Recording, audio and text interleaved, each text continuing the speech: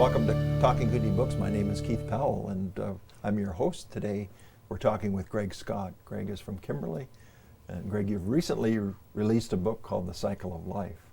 Intriguing title, and it really reflected on the fact that you and your son rode across Canada. It took you 15 years, but you did it. So tell us about that experience and how did that all come about? Yeah, we did it in a very unique fashion. When my son turned 10 years old, I wanted to do something one-on-one with him where we'd have one-on-one. We were doing lots of fun things as a family, but I wanted to do something that was specifically our time one-on-one. And so I went through a whole myriad of ideas of what that would be, and then I decided, wow, I'd really like to bike across Canada with my son. But he was 10 years old, and on a tiny little bike, and I didn't know if we'd have to wait until he was a little bit older, how long we would have to wait, if I'd have time when he was old enough to do it, and then I kind of had my eureka moment where we would just start out and we would bike as far as we could get the first year, and every year wherever we stopped is where we would continue on and make our way across the beautiful country of Canada. Interesting. So your son was 10 when you started, and tell me about the first leg. Yeah. So we dipped our wheels in the ocean in Victoria. We went out to the end of the dock with the Empress Hotel in the background, and we both leaned over the dock and dipped our front wheels in the Pacific Ocean and started out. And I had no idea, how far we'd be able to bike. That first day was the longest he had ever gone on a bike trip. We biked for 4 days that first year, and we made it to Chilliwack and 176 kilometers, and it was a wonderful experience, and that's exactly where we started the second year, and to continue on. Okay, so that was the first leg. Tell me about the second leg. Second leg was very adventurous, a very adventurous year. We were biking from Chilliwack, and we were trying to stay off the highways as much as possible, and we were staying on trails, and our trail through there, the route I had decided was that we were going to go up the Coquihalla Pass, but we were going to go up the old Coquihalla subdivision of the Kettle Valley Railway, and an abandoned railway, and it was beautiful, and it was end of June, and extremely hot out. It was wonderful. We were in shorts and t-shirts and biking along, and on our third day we had heard that there was snow near the top of the pass, and we were biking along, and we were hoping that we were going to make it, and we got to Othello on the Othello station, and we were not quite at the top. We were 7 kilometers away, and the snow started to get deeper and deeper, and we started to push our bikes, hoping that we could still make it to the top, but it eventually got too deep for us to even push our bikes, and we had to turn around, and it was a big dad moment for me about my adventure side wanting to push on, and my dad side of got to keep my son safe, and we're running out of daylight, and so we turned around and biked out, and the next year we had to find a way back to that exact same bridge, the Iago Bridge, and to start our journey for the following year. A lesson learned. Yeah, very much so. Yeah, for both of us. But isn't that sort of what you were trying to do, is teach some lessons and learn some lessons, and really take that time to maybe figure things out as a father and son? Is that sort of one of the things you were trying to do? Absolutely. It was all about, we kept saying through it's not about the destination or how fast we're going to get there. It was about the journey, and we never had any preconceived notion of how far we would get, and we just looked forward to it. And every year we looked forward to it more and more as time went on, as we made our way across. So obviously this took a number of years to accomplish this. What were some of the other highlights as you made your way, across the Rocky Mountains in BC, then into the prairies, onto Ontario and in Eastern Canada? What sort of stood out in your mind? Yeah, it turned into a true celebration of Canada. There's so many wonderful areas through the entire country, and going from province to province and the changes were just amazing. The people that we met were phenomenal. We had some bear incidences that were we had to deal with, and that was kind of fun and or exciting or adventurous.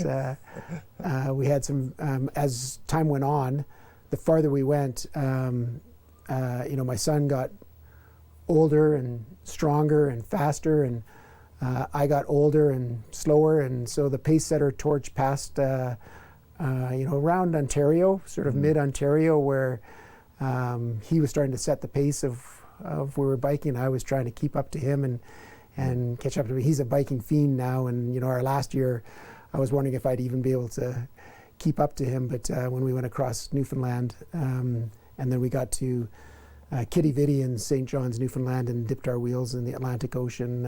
It was a great celebration. Yeah, I can imagine. So when you take a trip like that, obviously lots of experiences and adventures and so forth. I just wondered if you'd talk for a moment of maybe some of the people that you met. I have a feeling that you may have came across some pretty colorful individuals. Yeah, amazing. We would stop. Most of the time we stayed in a tent, and so most of it was just truly one-on-one time. But every time we'd stop at a cafe or to grab a bite to eat, or we stop at, a couple times we stopped at a bed and breakfast to dry our things out or try to dry our things out. The people that we met were phenomenal, and we also kind of, on our very first year, we stopped for our very first night of our journey. We had made it to just south of Vancouver, basically, and we went to a bakery called Richley Bakery. It's still there, a fantastic bakery, and we had this fresh blueberry pie as a celebration for our first night. And that turned into kind of an annual thing where we would seek out pies and bakeries as we sort of traveled across the country, and we'd rate them, and we'd always have a favorite of each year. And so some of those bakery stops were amazing too, of meeting some of the people at the bakeries. Nothing like motivation to keep you going, right? Yeah, no doubt, no doubt. So, Craig, I really admire your desire to bond with your son, but I've known a lot of parents and fathers in particular, and when they bond with their sons, it probably means going fishing or whatever. Going across country seems like a bit of an ambitious project. What sort of inspired you to do that? Yeah, everything just sort of fell into place. Like, I really wanted that one-on-one experience. And when I first started to think about how biking across Canada would have been, I wanted something kind of a little bit momentous for us to do. But it kind of really fell into place when it became an annual trip, because then it really hit all of the elements of what I was trying to achieve, where we got to look forward to and spend time together each year, and each of us looked forward to it more and more as sort of time went on and made our way across, and those bonding experiences. I didn't know when he got old enough, like, if he'd like biking at that point, if he'd like the journey, if he'd like spending time with his dad, but it really cemented our relationship, and we just became closer and closer. So was there any point where, Dad, I can't do this anymore, or you said to him, I can't do this anymore, or did you both have that resolve to keep going? We really had that resolve. We had there obviously differences of opinions as time went on, and but we really had we knew we wanted to finish, and the farther east we got, the harder it was to sort of organize and find the time to do it, and the travel part of it became more and more of an issue, but we really wanted to finish the journey and make it all the way across. Sure. So how did you traverse large cities and that kind of thing? Was that a challenge, or were you able to find trails that would skirt you around the city, or I'm just thinking going through Toronto or Montreal or whatever, that in itself has to be a bit of a challenge. Yeah, no doubt. And as we went the entire time through BC,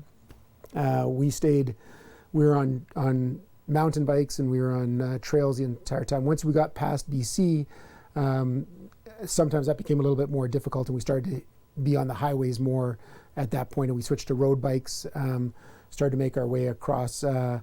When we hit cities, like most of the cities are set up so well now for biking. You mentioned Montreal. It's fantastic city for biking through, and it was really special. Like we would try to spend some time biking around the city as well, and experience that city. Ottawa is amazing biking through that city, and Montreal and Quebec City is fantastic, and yeah. So there's, did you connect with any of the local bike clubs or cycling clubs or anything like that? Yeah, at the end of the farther east we did, at the end of each year, for the first part of, right up until our last year of driving, so we would drive to our starting point, we would bike our route, and then we would find a way back to our vehicle to drive back home. And the last year that we did that was, we drove to Winnipeg, biked from Winnipeg to Thunder Bay, took the bus back from Thunder Bay to Winnipeg, and then drove home. And then from then on, we would arrange flights we flew into Thunder Bay the following year.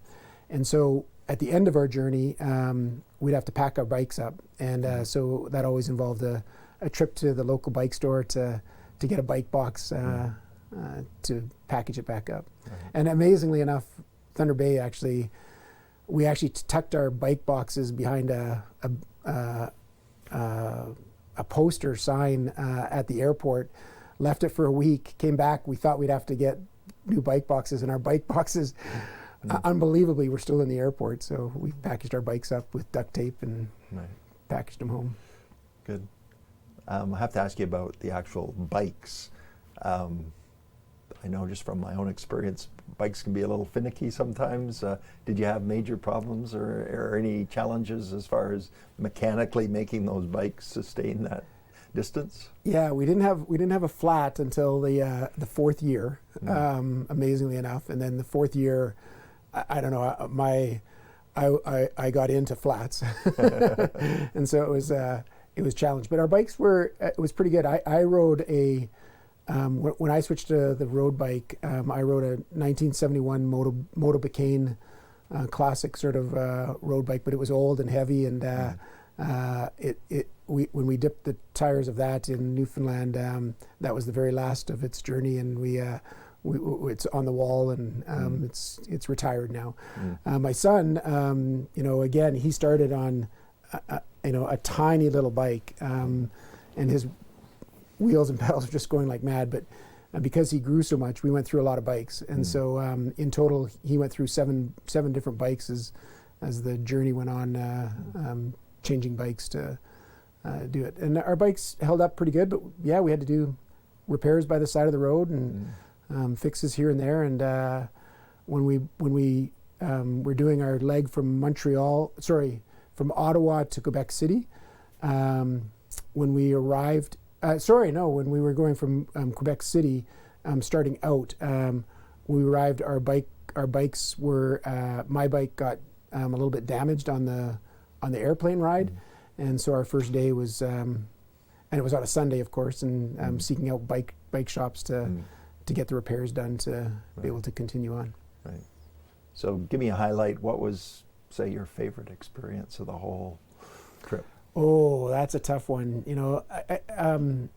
The cumulative part of the journey was really the highlight of it. Yeah. But there was, we got snowed out, and in Saskatchewan, there was a freak. We were biking in September that year, and there was a freak snowstorm, and we couldn't find a motel to stay in, and it went down to -5, and we were in our tiny little tent with.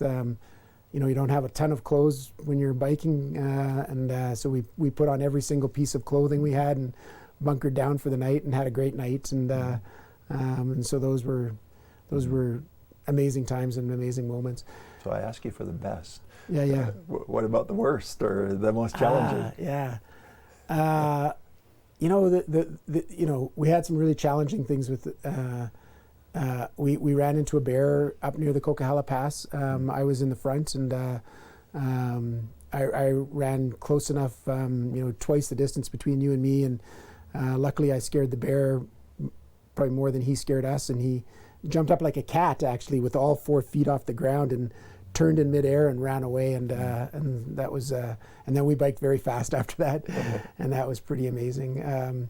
some of the bike repairs were challenges. My son, when we were biking in the along Lake Superior, which is extremely hilly, rivaling the climbs around through the Kootenays and stuff. It was really challenging climbs, and he had a knee problem, and we had to end our journey a little bit early, and that was a bit of a challenge for 1 year, and it was.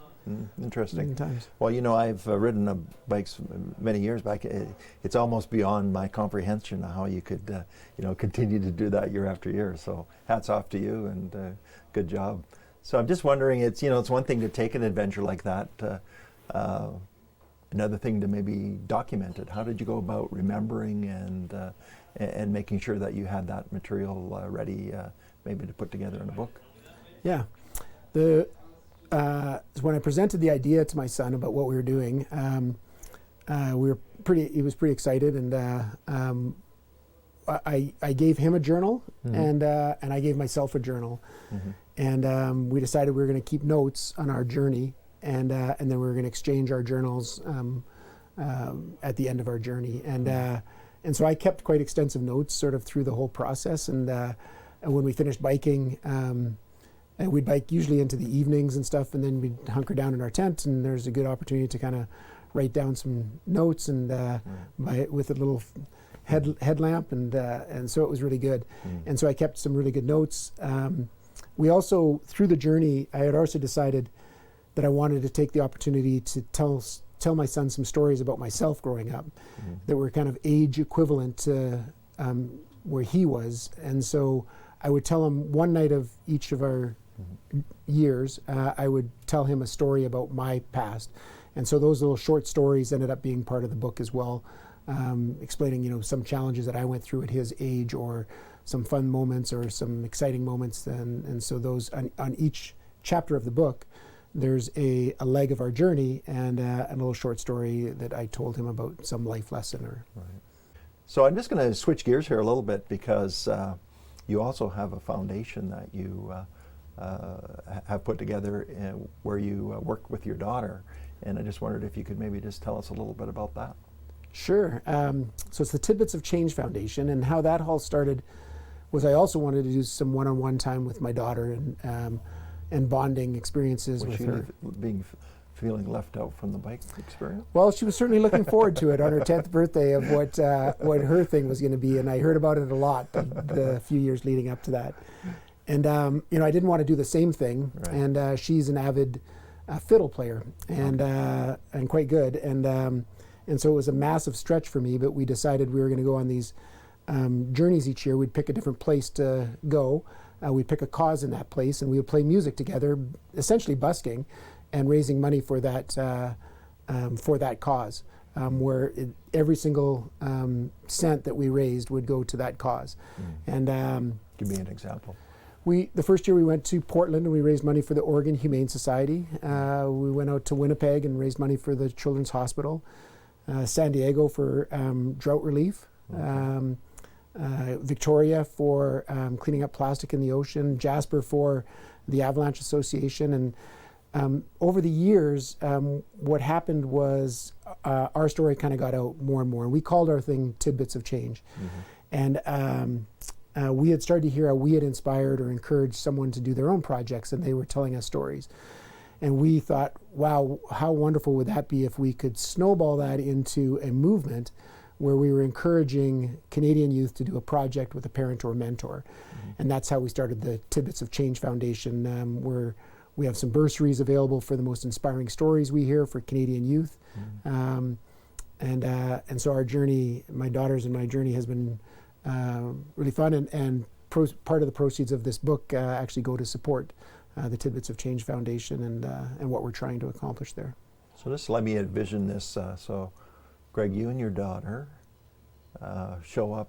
Do you just go to the street corner and start playing music? Is that the idea? Or do you have more of a formal menu? Or how does that work? Well, I'll tell you, I had never done anything like that. And the first year we went to, as I said, Portland.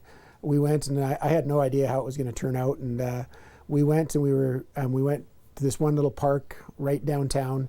And we were on the edge of the park, and we set up our little sign of saying, you know, we're raising money for the Oregon Humane Society, and we played for about 40 minutes, and we raised a whopping 65 cents. And I was like going, oh, this is going to be a disaster. And my dad, but I'm trying to put on my brave dad face, and I said, well, let's just go over to the food trucks and we'll have some lunch. And so we went and eating, and I'm like thinking, what are we going to do? And after that, I said, you know what? Let's just go right back in the middle of everybody when we go back to the park, and let's start playing. And my daughter was like, really? And I go, yeah, let's just go plunk ourselves right down the middle. And when we did that, all of a sudden things started to roll, and people started to listen to us or to read our sign about our story, and we actually started to raise a pretty significant amount of money. And then we got, right at that very first time, we got invited to play on stage in a little Irish pub, and that raised a bunch of money. And so over time, it's really progressed, where we played at Manyfest in Winnipeg, and we went down and we played at Earth Fair at San Diego, and on street corners too. It's just very strategically located. But I have a great appreciation for buskers. It is a very tough thing to do. That sounds like you've got another book in the works. Oh, let's see. Well, I'm sure you've come across a lot of interesting stories just from that aspect. Yeah, it really it has been an amazing journey. And when we started the foundation, we decided to we decided to go throughout BC and visit communities, and we were talking to schools and parent-teacher groups. And while we were doing that, we're avid skiers, and we decided we were going to tackle another thing, and we decided. So just before you get into that, we're going to talk about that in a moment here as well. So, is your daughter still involved in the foundation, and are you still playing music together? Very much so. Okay. Yeah, on both, and it's another great bond that's developed over time, and we very much look forward to our time together each year. Yeah. So, how long do you usually take? Do you take a week or 2 weeks? No, we play for, usually it's like 3 days. Okay. We pick a place to play, and we go and we visit that place and play for about 3 days. Okay, good. So you alluded to the fact that you've got another project that you launched with your daughter, and that involves skiing. Now, I understand you have some background in the ski industry, and so tell me about that project. I think it involves some ski hills in BC and Alberta. Yeah. Yeah. So while we were visiting schools, and we had decided to do this trip through BC, we started to put the dots together, and we were doing it in the wintertime, and we said, well, you know what? We've talked about sort of skiing all the ski areas, and we found out there was 44 ski areas, lift service ski areas in British Columbia, and we decided to ski them all. And so we skied them all in 44 days, and we would ski during the day, and late afternoon or evening we'd visit a school and do our little presentation, then move on to the next one. And we did that every part of that trip turned out to be amazing. It was a very tough snow year that we picked, but we got through them all and met incredible people through BC, and then we got encouraged to do Alberta, and there's 39 ski areas in Alberta, and we did the same thing, traveled through Alberta, visiting some places, doing some talks about the foundation, encouraging youth, and telling them about the bursaries available. And we have some, as time goes on with our foundation, we're hoping that our story becomes more and more in the background, and the stories of these incredible stories of some youth with projects, they come to the forefront. And we've awarded 3 bursaries so far, and last year, and we have 3 bursaries coming up, and they're just amazing stories, amazing individuals. How do you select those? We wanted to remain arm's length from it, so we've created a selection committee. We have about 25 people from essentially across Canada. We narrow it down to the top 10. We send out the 10 to everyone. They rank them. We go through a ranking process, and we vet them, make sure that they're good stories. Very simple application process, though. It's there's basically 2 criteria. 1, how inspiring is the story, and 2, the mentorship or collaboration part with the parent or a mentor. Right. So do you have a fair bit of buy-in to the program? Is there interest? Yeah. The first year, again, when we were going around BC, we didn't know if we'd have, any applicants or lots of applicants, and it was just right. We had quite a few, but and beautiful stories, and now the word is kind of getting out more and more of the foundation, and so we're starting to see some really wonderful applicants. 44 ski hills in BC, 39 in Alberta. How were your legs feeling after that? Yeah. Or did all the biking sort of warm you after that? Yeah, I don't know. Like we always joke about, when we're sitting down and someone asks us that question, we go, if we stood up real quick and sat back down and we did that 10,000 times, that would be like what our legs did over the course of the journey. So, So what were some of your favorite ski areas to ski? Every little ski hill has their own reason why they're really special, and the flavor behind it. And from the biggest to the smallest, there's like some of the smallest ski hills have such passionate people behind it that we got to meet, and that it's truly remarkable what some of the people do in Alberta. There's farmers that have been operating a ski hill and they've never skied in their entire lives, and they do it for their community, and just wonderful human beings and stories that become really important for those communities. Right. I can't think of how many times I've driven by the little ski hill in Selmo and thought, boy, that looks like a neat little experience. Fantastic place, fantastic ski hill, and they were actually, when we were there, we had a tough snow year, and they actually didn't have enough snow to operate. But they ran the T-bar just for us, so we could get up to the top and do our runs. And it was just an amazing day and amazing people there. Right.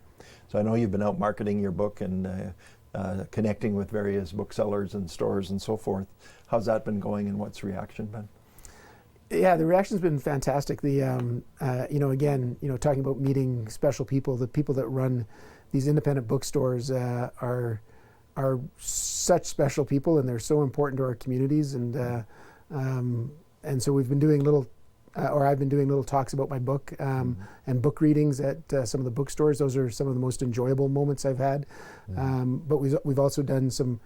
I've done some talks at some libraries, some public libraries on them, and I'm starting to talk to some corporations and organizations or conferences about mentorship in general, and tying it back into the story of the book and the importance of mentorship in all levels in organizations, how it can be a benefit to inside and outside of an organization as well. Right. Well, I have to say I admire your passion for getting your kids involved in something that they really can call their own in a big way. And I'm just wondering, what's the motivation? Why? Yeah, I think I'm the big winner in the whole thing, because I got to spend this one-on-one time with my kids and really get to know them on a different level. It's very different when you have one-on-one time. I believe some of the conversations you get into and some of the predicaments and challenges that you have to work through. So I think I'm the motivation's not a problem, because I think I'm the big winner in it now. And now my kids are adults, and young adults that are forging their own lives, and we're still really, really close, and we still really much enjoy spending time together. So you've built a bond that will last forever. Yeah. Well, congratulations. Pleasure to have you as a guest. Greg Scott, the book is The Cycle of Life, an account of you and your son going across Canada. Took you 15 years, but a tremendous accomplishment. Thank you for sharing your story with us. Yeah, thank you, Keith. You have a wonderful show, and this is really, really great to be on. Oh, thank you. This is Talking Kootenay Books, and my name is Keith Powell.